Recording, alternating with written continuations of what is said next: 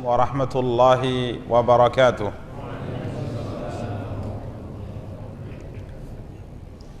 Alhamdulillahi rabbil alamin, wassalatu wassalamu ala ashrafil anbiya'i wal mursalin, nabiyyina Muhammadin wa ala alihi wa sahbihi ajma'in. Asyhadu an la ilaha illallah wahdahu la syarika lah, wa asyhadu anna Muhammadan abduhu wa rasuluh.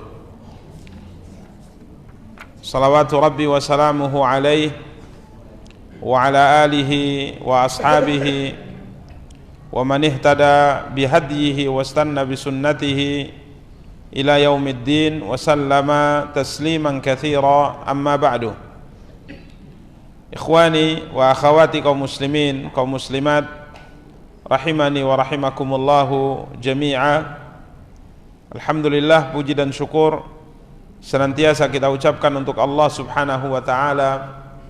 Salawat beserta salam semoga senantiasa dilimpahkan oleh Allah untuk junjungan dan panutan kita, Nabi Allah yang mulia Muhammad sallallahu alaihi wasallam. Ikhwani wa akhawati kaum muslimin, kaum muslimat, rahimani wa rahimakumullahu jami'a. Biidznillah, pada kesempatan yang berbahagia kali ini kita akan kembali melanjutkan pembahasan kita, mencoba untuk membaca dan menjelaskan Kitab Tauhid karya Syekh Muhammad bin Abdul Wahhab rahimahullahu ta'ala, yang pada pertemuan yang lalu alhamdulillah kita telah masuk pada pembahasan bab ke-39, babun man jahada syai'an minal asma'i was sifat. Bab hukum orang-orang yang jahada syai'an, mengingkari sesuatu dari asma dan sifat yang dimiliki oleh Allah subhanahu wa ta'ala. Di mana pada pertemuan yang lalu alhamdulillah kita telah berikan beberapa poin yang kita sebut dengan muqaddimah, pendahuluan, sebelum kita mengkaji tentang fenomena yang terjadi di tubuh umat Islam, yang sebahagian dari mereka mengingkari nama-nama yang maha indah atau sifat-sifat yang maha tinggi yang dimiliki oleh Allah subhanahu wa ta'ala. Dan telah kita jelaskan pada pertemuan yang lalu bahwa seorang muslim, seorang muslimah ahlus sunnati wal jamaah hendaknya mengimani, hendaknya mempercayai, membenarkan semua nama-nama yang maha indah bagi Allah subhanahu wa ta'ala yang disebutkan di dalam Al-Quran dan juga yang disebutkan di dalam hadis.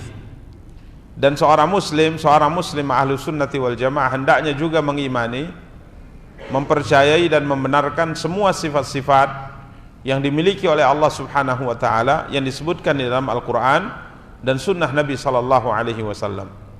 Dan tidak ada dari nama-nama dan sifat-sifat ini yang boleh diingkari, karena ia merupakan firman Allah dan sabda Nabi kita yang mulia sallallahu alaihi wasallam.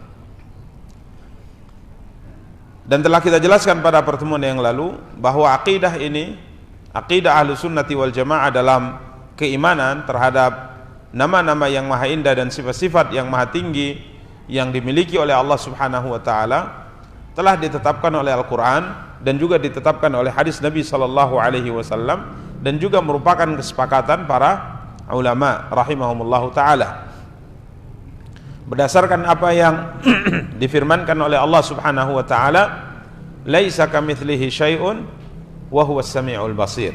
Laisa kamitslihi syai'un wa huwas sami'ul basir. Sesungguhnya Allah subhanahu wa ta'ala tidak ada yang serupa dengannya, ya, tidak ada yang semisal dengannya, dan dia adalah zat yang maha as-sami', zat yang maha mendengar, lagi zat yang maha melihat.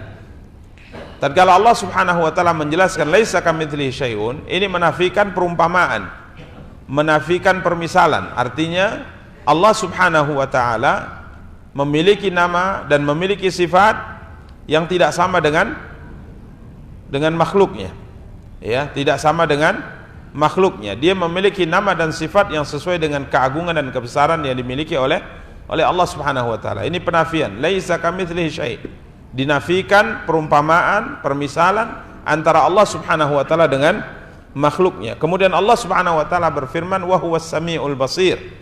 Dan dia adalah zat yang maha mendengar, lagi zat yang maha melihat.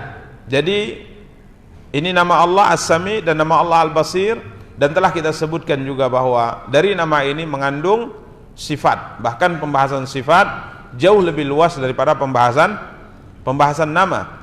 Setiap nama mengandung sifat, ya, setiap nama mengandung sifat, akan tapi belum tentu sifat itu kemudian bisa dikatakan bahagian daripada nama Allah Subhanahu wa taala. Artinya sifat Allah Subhanahu wa taala itu sangat luas pembahasannya, sedangkan nama-nama Allah Subhanahu wa taala sebagaimana yang kita sebutkan pada pertemuan yang lalu, secara umum Nabi kita yang mulia sallallahu alaihi wasallam bersabda bahwa dia memiliki 99 nama. Ini para ikhwah dan akhwat yang dimuliakan dan dirahmati oleh Allah. Jadi kita imani semuanya. Nama-nama Allah kita imani, dan sifat-sifat Allah kita juga imani, dan tidak boleh ada yang ditolak, tidak boleh ada yang diingkari, tidak boleh ada yang tidak dipercayai. Semua harus dibenarkan dan diimani, dipercayai. Demikian para ikhwah dan akhwat yang dimuliakan dan dirahmati oleh Allah Subhanahu wa taala. Kemudian kita akan masuk pada poin pembahasan dalil yang disebutkan oleh Asy-Syaikh rahimahullahu taala. Dalil yang pertama yang beliau bawakan dalam bab ini adalah ayat dalam surat Ar-Ra'd ayat 30. Surat Ar-Ra'd ayat 30. Allah Subhanahu wa taala berfirman, A'udzu billahi minasyaitonir rajim. Wa hum yakfuruna birrahman. Wa hum yakfuruna birrahman. Ya. Di awal ayat Allah berfirman, Kadzalika arsalnaka fi ummatin qad khalat min qabliha umamun litatlu 'alaihimul ladzi auhayna ilaika wa hum yakfuruna birrahman qul huwa rabbi la ilaha illahu alaihi tawakkaltu wa ilaihi matab. Allah Subhanahu wa taala berfirman yang artinya, demikianlah kami telah mengutus kamu pada suatu umat yang sungguh telah berlalu beberapa umat sebelumnya, supaya kamu membacakan kepada mereka Al-Quran yang kami wahyukan kepadamu. Litatslu alaihimul ladzi auhayna ilaik, supaya kamu membacakan kepada mereka Al-Quran yang kami telah wahyukan kepadamu. Kemudian Allah Subhanahu wa taala menyebutkan bahwa umat atau masyarakat yang Nabi sallallahu alaihi wasallam diutus kepada mereka, yang Nabi sallallahu alaihi wasallam diperintahkan untuk membaca Al-Quran di hadapan mereka adalah masyarakat yang yakfuruna birrahman. Mereka adalah masyarakat yang kafir atau tidak beriman dengan Tuhan yang Maha Rahman. Ya, mereka tidak beriman dengan Rahman. Katakanlah ya Muhammad, huwa rabbi, dia adalah Tuhanku, yakni Rahman itu adalah Tuhanku, Allah Subhanahu wa taala. La ilaha illahu alaihi tawakkaltu wa ilaihi matab. Dia hanya kepadanya aku bertawakal dan kepadanya aku bertaubat. Para ikhwah dan akhwat yang dimuliakan dan dirahmati Allah, dalam ayat ini Allah Subhanahu wa taala mengatakan bahwa masyarakat yang Nabi diutus kepada mereka, ini orang-orang Quraisy, mereka tidak beriman dengan Rahman. Mereka tidak beriman dengan apa? Dengan Rahman. Apakah maksudnya mereka tidak beriman dengan Allah atau tidak beriman kepada Allah? Jawabannya tidak. Jadi orang-orang musyrikin, mereka yakin bahwa Tuhan itu ada, Allah itu ada. Tapi yang mereka ingkari itu apa? Nama Rahman. Mereka percaya Allah ada. Karenanya kalau kita lihat dalam sejarah panjang yang diceritakan dalam sejarah Nabi sallallahu alaihi wasallam, orang-orang musyrikin itu percaya kalau Allah itu ada. Karenanya mereka juga tawaf, mereka sa'i, ya, mereka juga melaksanakan ibadah haji, Mereka percaya Allah itu ada. Bahkan tatkala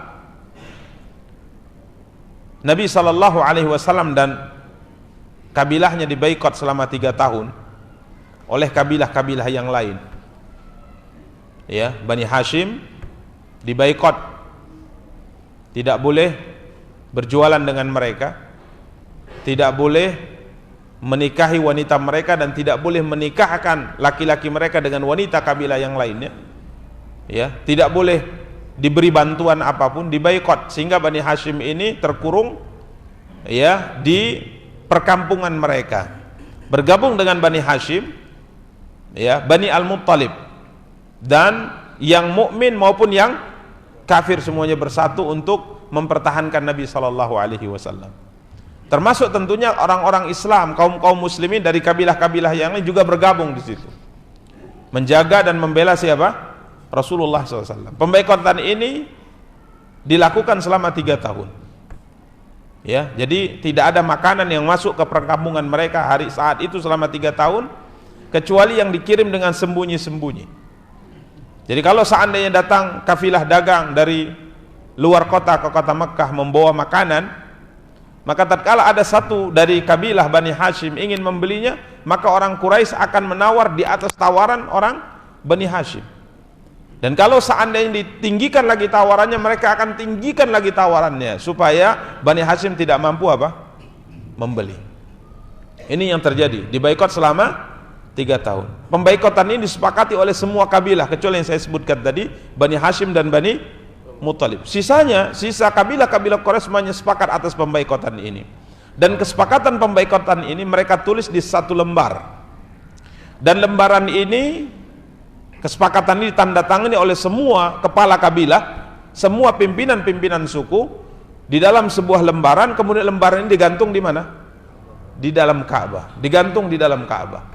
Sebagai bentuk pembuktian menurut mereka ini adalah kesepakatan suci menurut mereka. Jadi ditulis, ditandatangani bersama untuk membaikot Bani Hashim dan digantungkan di mana? Dalam Ka'bah. Poin-poinnya ditulis. Para jamaah yang dimuliakan dan dirahmati Allah, tahukah kita apa kalimat awal yang dituliskan dalam lembaran ini? Jadi poin 1, kita membaikot mereka, dalam poin ini 2, 3, 4 dan seterusnya.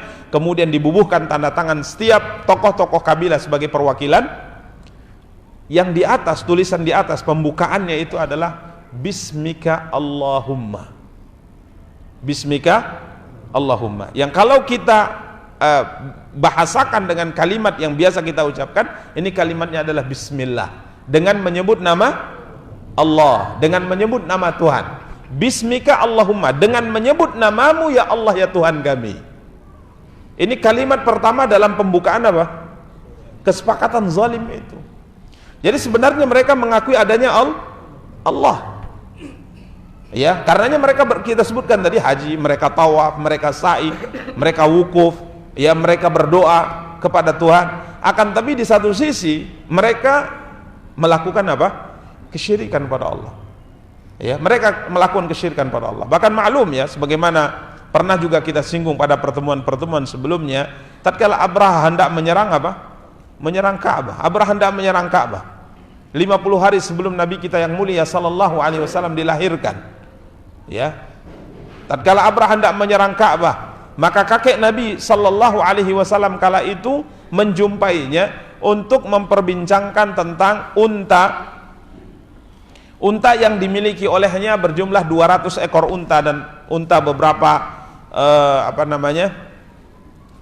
milik warga Quraisy yang diambil oleh pasukan Abraha. Maka Abdul Muttalib datang menemui Abraha kemudian berbicara. Kala itu yang dibicarakan oleh Abdul Muttalib dengan Abraha bukan terkait dengan tujuan Abraha datang ke Mekah untuk menghancurkan apa? Ka'bah, tapi ia berbicara tentang unta yang dirampas oleh pasukan Abraha yang sedang digembala di satu tempat di dekat kota Mekah. Namun tatkala pasukan Abraha datang, unta ini semuanya dirampas oleh mereka. Maka Abdul Muttalib datang menemui Abraha kemudian berbicara tentang masalah ini. Dia minta agar unta-unta itu diserahkan atau dikembalikan kepada pemiliknya. Maka kala itu Abraha heran melihat Abdul Muttalib. yang tadinya dia takjub melihat gagahnya, ya, kemudian gantengnya, wibawanya ini orang, sampai disebutkan Abraha tatkala duduk di atas singgasananya, Abdul Muthalib datang karena terkesima melihat penampilan Abdul Muthalib, dia sampai berdiri dan menyambutnya. Karena orangnya perawakannya besar, orangnya berwibawa, orangnya sangat gagah dan ganteng. Ya, maka Abraha langsung berdiri menyambutnya, dan Abraha bahkan duduk di karpet di bawah menemani Abdul Muthalib duduk. Dia tidak ingin orang sehebat ini, semulia ini, orang yang sangat berwibawa seperti ini duduk di bawah, sedangkan dia duduk di atas singgasananya. Maka dia duduk di bawah. Tapi tatkala terjadi komunikasi, pembicaraan, kiranya disangka Abraha, Abdul Muthalib datang mempersoalkan kedatangannya ke kota Mekah dengan tujuan untuk menghancurkan apa? Ka'bah. Jauh-jauh dari Yaman berangkat ke kota Mekah untuk menghancurkan Ka'bah. Disangka Abraha dia akan datang membicarakan masalah penghancuran Ka'bah sebagai tempat ibadahnya dan peninggalan warisan nenek moyangnya.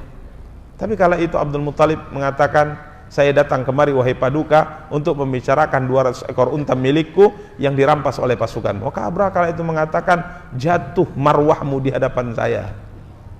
Tadinya saya takjub dengan Anda, tapi setelah Anda bicara, kiranya Anda tidak seperti yang saya bayangkan.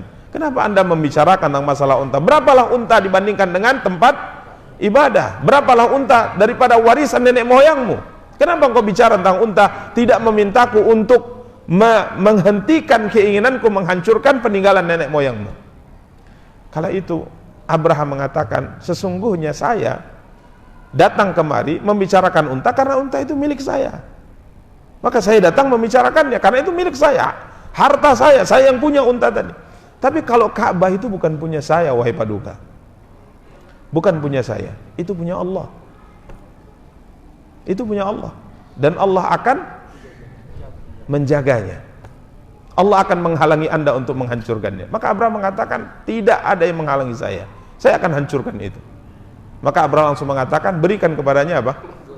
Unta itu, udah ambil olehmu unta, berikan. Maka subhanallah, Abdul Muthalib pulang kembali ke kota Mekah, kemudian beliau tawaf, bahkan dengan kesedihan beliau kemudian memegang pintu Ka'bah. Setelah selesai tawaf kemudian mengatakan, dia bersyair, kemudian mengatakan, ya Tuhanku, berdoa kepada Allah, sesungguhnya tidak ada seorang pun yang memiliki rumah, kemudian kalau ada orang lain ingin menghancurkan rumahnya, maka orang tadi akan mempertahankan rumahnya. Hari ini rumahmu akan dihancurkan oleh mereka ya Allah, maka pertahankan apa? Rumahmu. Kemudian dia pun perintahkan semua orang Quraisy untuk mengungsi di gunung-gunung. Ini keimanan mereka. Mereka tahu bahwa di sana ada Allah. Cuman masalah yang terjadi pada mereka adalah di samping mereka meyakini ini, tapi mereka juga melakukan apa? Kesyirikan. Ia kepada Tuhan juga ibadah, khususnya kalau sedang susah, tapi kalau sedang senang ibadah kepada berhala. Jadi mereka yakin Tuhan itu ada. Maka surat yang disepakati tadi ditulis dengan kalimat Bismika Allahumma, yang artinya dengan menyebut namamu ya Allah ya Tuhan kami. Ini subhanallah para ikhwah dan akhwat yang dimuliakan dan dirahmati Allah. Dan ini juga terbukti ya, apa yang kita sebutkan sebelum Islam ini ceritanya terbukti kejadiannya setelah Islam. Tatkala Nabi SAW bernegosiasi dengan Suhail bin Amr, utusan orang kafir dalam perjanjian Hudaybiyah. Ini diskusi yang sangat alot ya sebenarnya. Utusan demi utusan dikirim, akan tapi tidak menemukan titik permasalahan atau titik terang dari permasalahan yang dihadapi. Karena Nabi SAW jauh-jauh dari Madinah ingin umroh, dan umroh itu tidak bisa dilakukan kecuali menyelesaikan pelaksanaan rukunnya, ihram, tawaf, sa'i. Ihramnya dari Madinah, tawafnya di Ka'bah, sa'inya antara Safa dan Marwah, dan itu berada di kota Mekah. Kala itu Nabi dan para sahabat bersepakat memang hendak masuk, tapi orang Quraisy mengatakan jangan, tidak boleh kamu masuk. Ini kalau seandainya kedua belah pihak, baik Nabi dan para sahabat dan orang Quraisy bersikeras dengan kemauannya masing-masing, maka yang terjadi adalah pertumpahan darah. Maka utusan demi utusan dikirim oleh orang-orang Quraisy. Bahkan Nabi SAW juga mengirim utusan kepada orang Quraisy.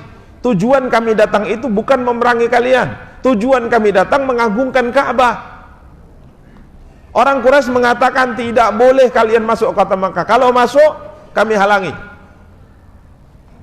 Tidak ada titik temu sampai akhirnya dikirimlah oleh orang Quraisy rombongan yang dipimpin oleh Suhail bin Amr. Maka tatkala Nabi sallallahu alaihi wasallam melihat lelaki ini, maka Rasulullah SAW mengatakan urusan kalian akan diberikan kemudahan oleh Allah. Orang Quraisy tidaklah mengutus laki-laki ini kecuali memang mereka ingin melakukan perdamaian. Kalau yang pertama-tama diutus itu memang masih keras kepala mereka, maunya perang gitu. Tapi tatkala dia yang diutus sudah melunak, mulai apa? Melunak, dan mereka hendak melakukan apa? Perjanjian. Maka subhanallah, disepakatilah, berbicaralah panjang lebar Nabi SAW dengan Suhail bin Amr dan kawan-kawannya, sampailah disepakati beberapa poin yang dikenal dengan Sulh Hudaybiyah. Perjanjian apa? Hudaybiyah. Maka setelah disepakati poin-poinnya, tinggal dibubuhkan, tinggal dituliskan dalam lembaran, kemudian dibubuhkan tanda tangan bersama. Maka Nabi panggil Ali bin Abi Thalib. Apa kata Rasulullah SAW? Ali, tulislah. Ya, karena Nabi tidak bisa apa? Menulis. Maka Ali siap dengan lembarannya, siap dengan penanya. Rasulullah SAW katakan, tulislah Bismillahirrahmanirrahim. Karena ini sebagaimana dalam Islam memulainya dengan kalimat apa? Bismillahirrahmanirrahim. Dengan menyebut nama Allah yang Maha Pengasih lagi Maha Penyayang. Maka seketika Suhail bin Amr, kala itu beliau belum masuk Islam, ini adalah utusan Quraisy, utusan orang kafir, yang mengatakan, ya Muhammad, adapun Rahman dan Rahim kami tidak kenal siapa dia. Enggak kenal kami. Tulis saja yang biasa yang kami kenal. Tulis Bismillah saja. Allah kami tahu, tapi Rahman kami nggak tahu. Yang kami tahu itu Rahmanul Yamamah. Yang kami tahu pengasih di negeri Yamamah. Jadi subhanallah, dalam sejarah Musailamah Al-Kadzdzab itu tatkala mengaku menjadi nabi dan menjadi tokoh di negeri Yamamah, dia berikan apa istilahnya, kalau raja ada gelar ya, dia berikan gelar untuk dirinya Rahmanul Yamamah, pengasih negeri Yamamah. Pengasih negeri Yamamah, itu gelarnya. Kalau dulu raja, sampai sekarang pun raja biasanya kalau dia apa namanya ditunjuk naik ke tampuk kepemimpinan seorang raja, biasanya bersamaan dengan itu disematkan pada diri raja tadi apa? Gelar. Dan ini maklum dulu di negeri kita ya, saat itu masih dipimpin oleh kerajaan-kerajaan, maka setiap raja itu punya gelar masing-masing. Ya kan? Gelar masing-masing. Tatkala raja dinobatkan, maka gelarnya adalah ini. Tatkala dinobatkan, dia menyandang gelar yang lainnya. Maka itu Musailamah, tatkala dia menjadi tokoh besar di Yamamah, bahkan mengaku nabi, dia gelarnya apa? Rahmanul Yamamah, pengasih negeri Yamamah. Tapi Allah hinakan dia, ya. Gelar ini tidak dikenang, bahkan kebalikannya yang dikenang. Musailamah Al-Kadzdzab, terkenalnya demikian. Musailamah sang pendusta. Maka Suhail mengatakan, kami tidak tahu siapa Rahman dan siapa Rahim. Dia ingkari itu nama Allah. Padahal Rahman, Rahim dialah Allah. Karena Allah punya apa?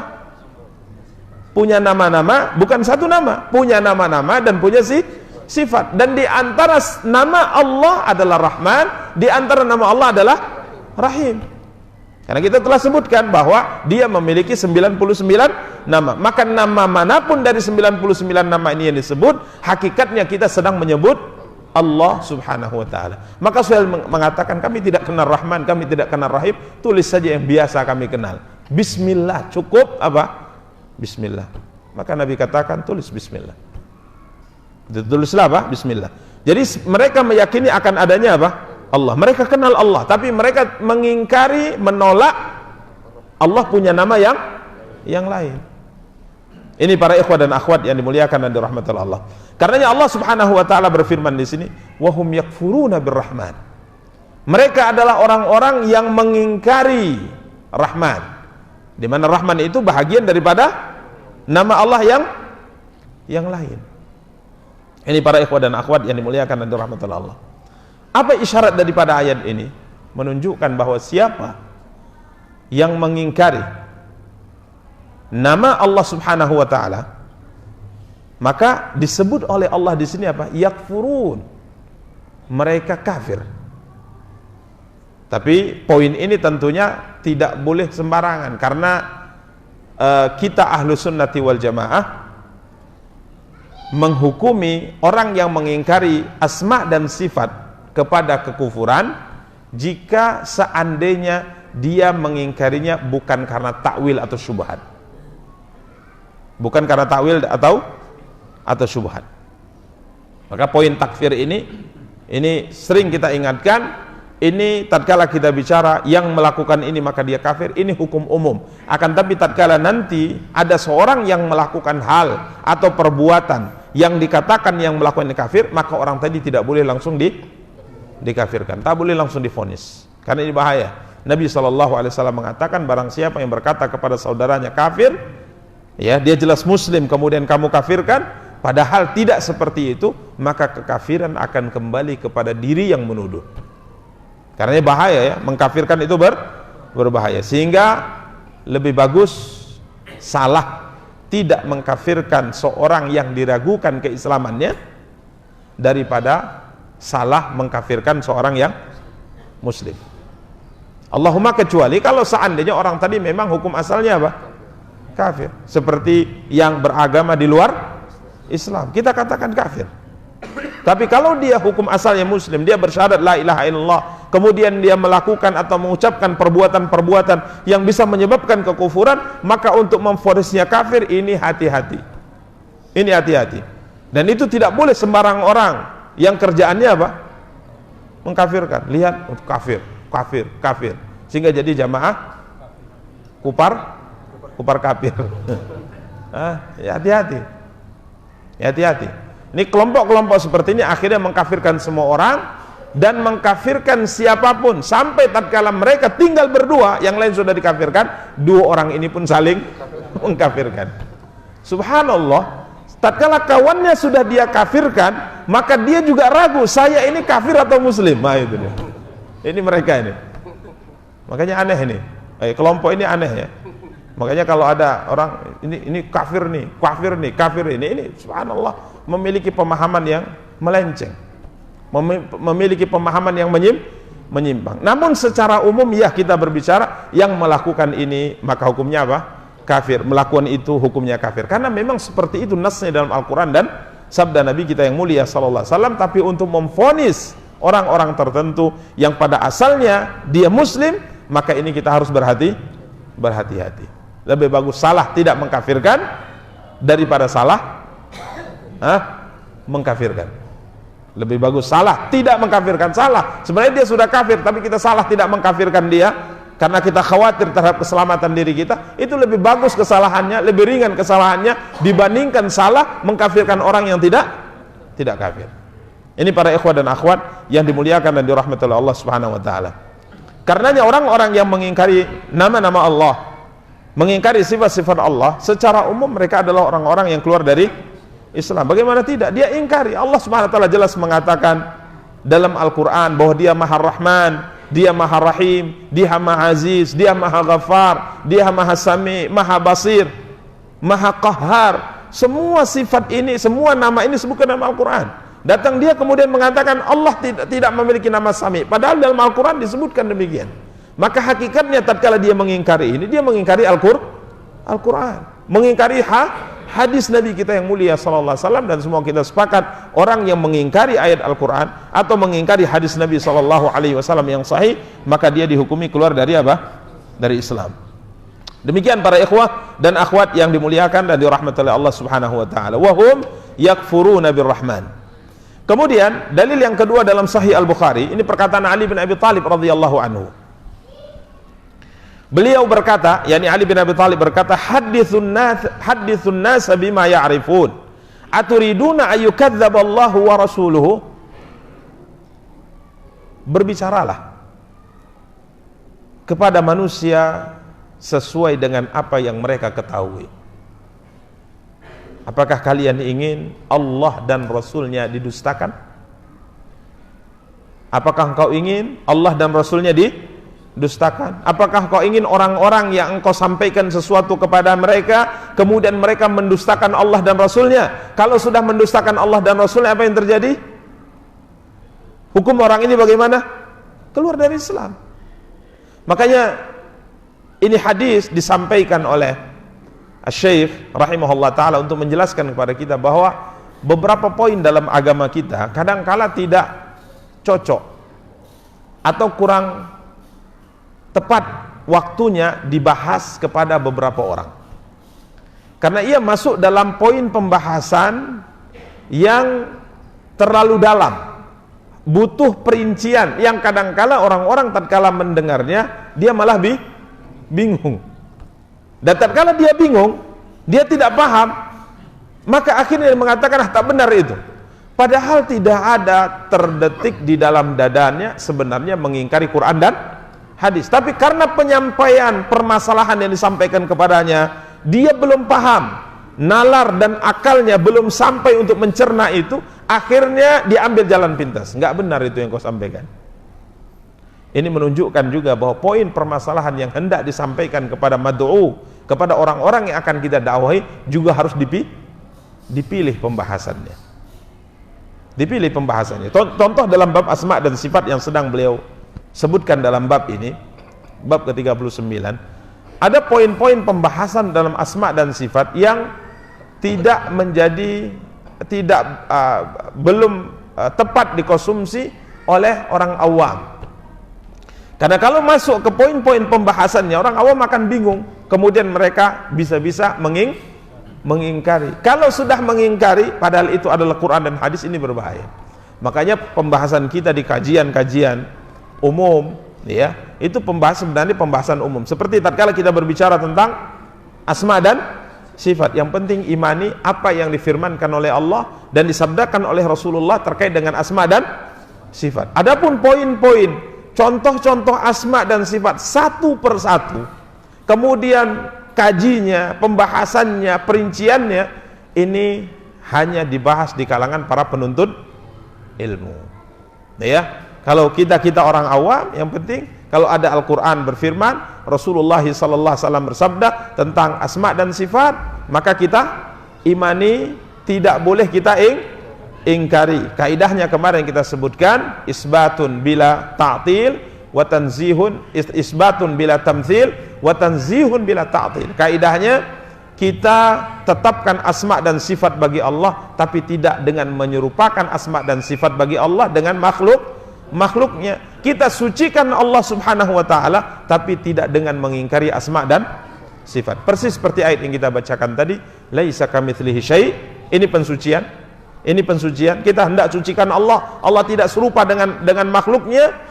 Kemudian kita menetapkan bahwa dia adalah zat yang maha mendengar, lagi zat yang maha melihat. Karenanya para ikhwah dan akhwat yang dimuliakan dan dirahmati Allah, perkataan Ali bin Abi Thalib ini termasuk ya perkataan bijak beliau, ya perkataan hikmah beliau, yang mana seorang tatkala berbicara khususnya dalam urusan agama hendaknya menimbang sejauh mana kemampuan orang tadi yang akan disampaikan memahami penyampaian kita. Jangan sampai gara-gara pembahasannya belum mereka kuasai, akhirnya apa yang terjadi? Mereka mendustakan Allah dan Rasulnya. Maka dalam pembahasan ilmu ada yang paling penting, kemudian yang penting, mendahulukan yang paling penting, kemudian yang penting. Ya, makanya selalu disebutkan oleh para ulama bahwa ilmu itu dikaji, dibahas, dipelajari secara bertahap, Ya, jadi kalau saat ini level kita masih level 2, jangan coba-coba masuk level 10. Ya, pening kita nanti. Ya, kemudian akhirnya salah paham. Jadi bertahap, ya bertahap. Sama seperti kita mengkaji misalnya, mengkaji kitab atau membaca kitab, jangan yang besar-besar dulu dikaji.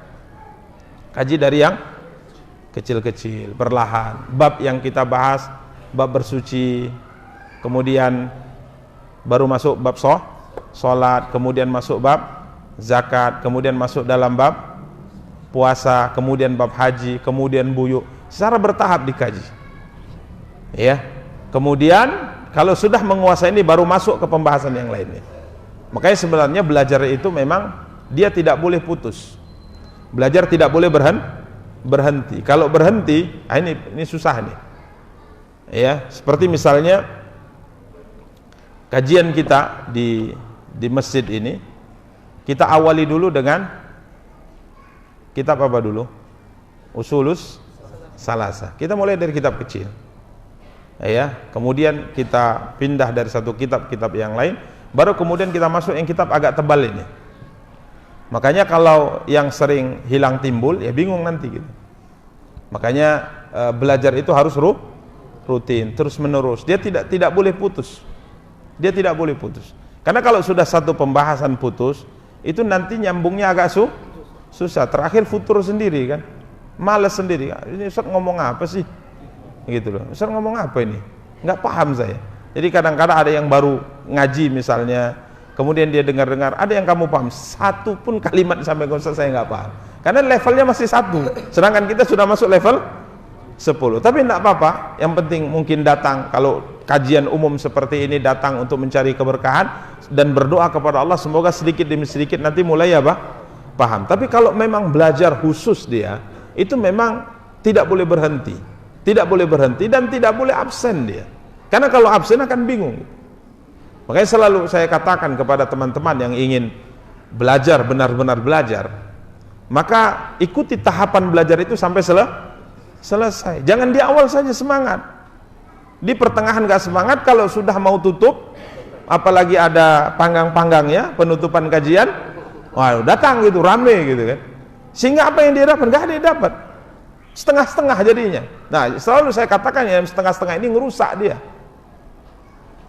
Ya, dia tahu tentang kedokteran tapi setengah-setengah saja, rusak jadinya. Ya, dia tahu pertanian setengah-setengah, rusak jadinya pertanian. Dia tahu tentang perbengkelan setengah-setengah, rusak akhirnya kendaraan orang dibuatnya. Setengah-setengah dia tahu. Ya kalau seandainya ingin mumpuni, ya ikut jalurnya, setahap demi apa? Setahap sampai selesai. Ya, contoh misalnya orang ingin belajar, mulai dari bahasa Arab dulu, dia kuasai bahasa Arab dulu, nahwu, sharafnya dia kuasai. Setelah selesai, baru dia masuk ke pembahasan. Jadi jangan setengah-setengah bahasa Arab dia kuasai, kemudian tiba-tiba masuk ke kitab Fathul Bari, syarah Sahih Bukhari, yang 16-17 jilid itu. Yang rusak jadinya. Terakhir orang-orang seperti ini, yang selalu kita ingatkan, pangkatnya masih kopral, tapi rasanya apa? Jenderal. Ini rusak akhirnya. Rusak. Ya, tidak sadar sebenarnya dia di mana, karena seperti dia kuasai itu semua.